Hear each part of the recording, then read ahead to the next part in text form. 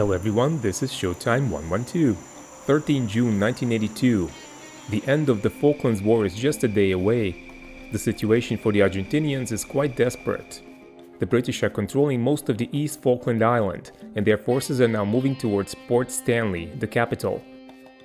Argentinian Air Force and Navy have so far inflicted severe losses to the British side, primarily by sinking and damaging Royal Navy ships, but they also paid a heavy price.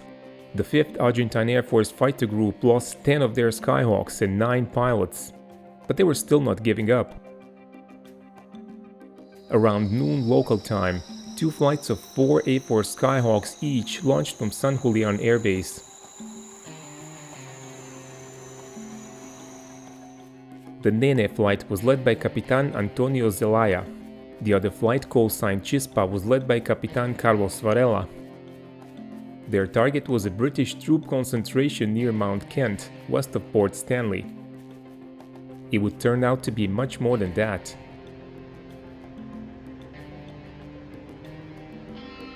One of the pilots from the Nene flight, Alferez Guillermo de Lepiane, had issues with hydraulic pipes due to extremely cold weather, so he switched to a spare aircraft. Being in a hurry to catch up with the rest of his flight, he forgot to engage his Omega navigation system. But he found his way to the Hercules aerial tankers. De Lepiane refueled and joined his flight.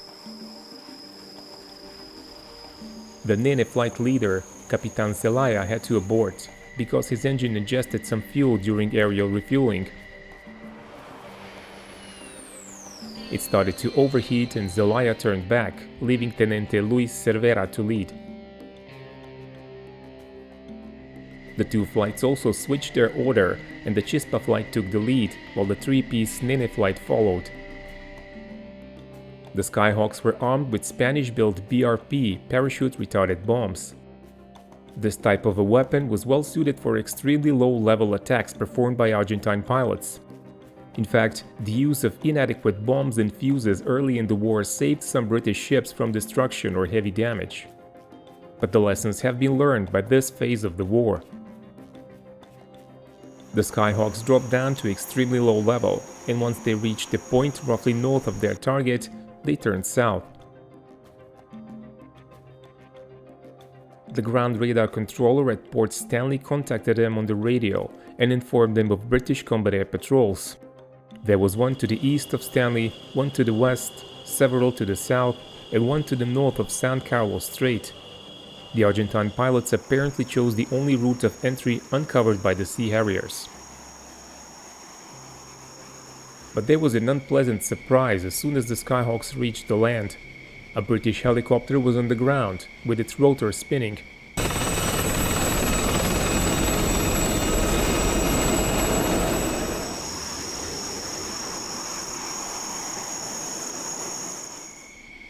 Argentine pilots knew that their arrival would be reported, and sure enough, the ground radar began informing them of the Harrier caps converging on their position.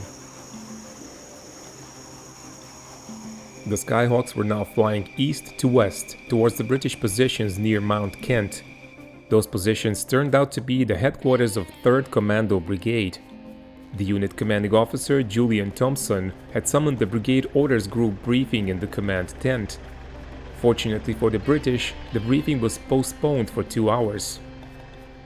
Seeing the Argentine jets coming across a ridge and firing their cannons, Thompson took a cover behind the nearest rock.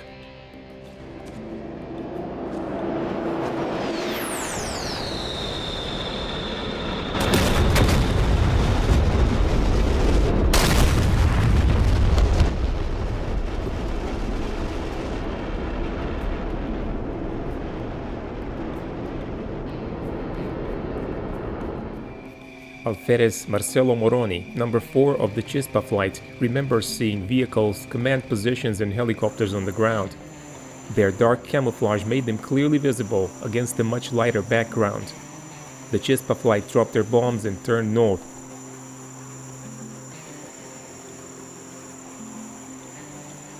The British anti-aircraft defense was relatively limited, consisting of machine guns, light arms and several blowpipe missiles. Despite the surprise, some of the missiles were launched, and Mario Roca saw something explode near his leader's airplane. This was probably a blowpipe missile.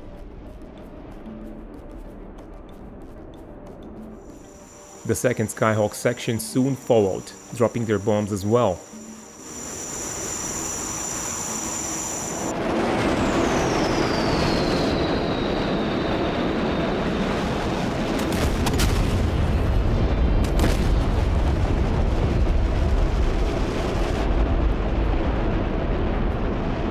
As they were exiting to the north, Guillermo de Lepiane saw a missile being launched at his leader, Luis Cervera.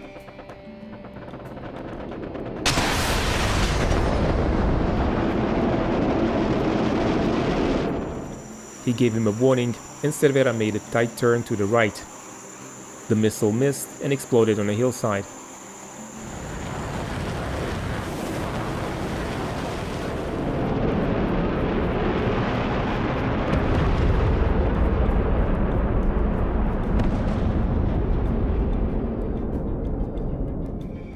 The pilots of the Nene flight then saw a Sea King helicopter ahead.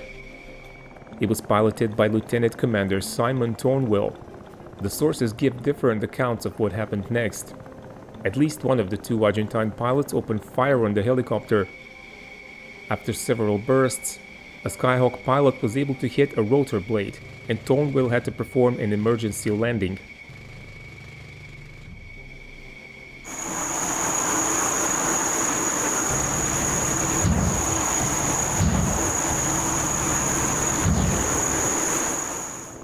Skyhawk's cannons were usually quite unreliable, but here they worked well enough to nearly score an aerial victory for Argentine pilots.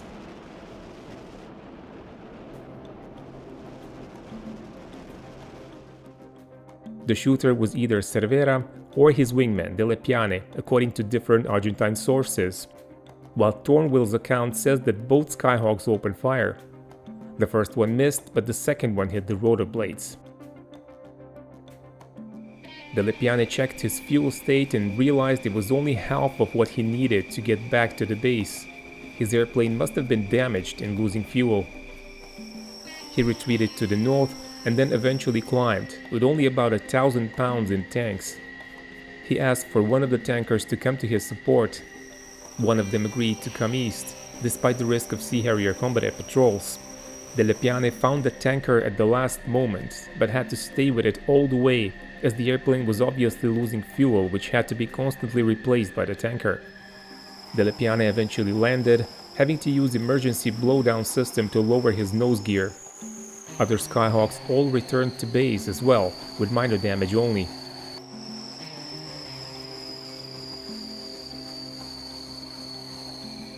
The sources are quite confusing and sometimes contradictory about many details, including which flight hit which targets and what results they achieved. The Nene flight probably dropped their bombs on helicopters, resulting in the damage of at least two light types, Scout and Gazelle.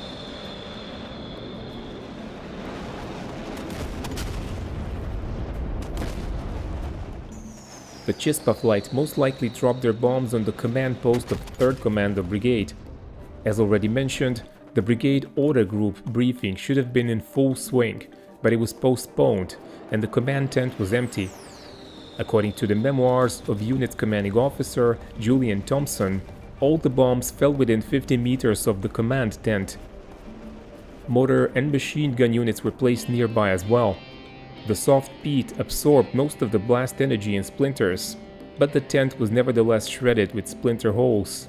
Thompson believes that himself and most of the brigade's commanding and key staff officers would have been killed or wounded had they been in the tent.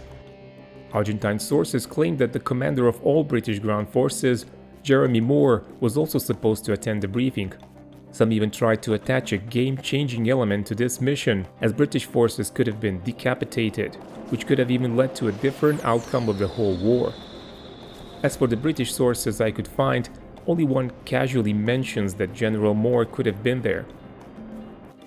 Julian Thompson in his memoirs doesn't mention Moore at all in the context of potentially being present at the briefing. Despite the bravery and dedication of Argentine pilots, their forces on the islands agreed to a surrender the next day, 14 June 1982, and the conflict ended. During this last mission, Argentine pilots luckily avoided numerous combat air patrols. They also barely missed their targets, causing only minor damage to several helicopters and no casualties among the British forces. Thank you for your time and keep watching Showtime 112.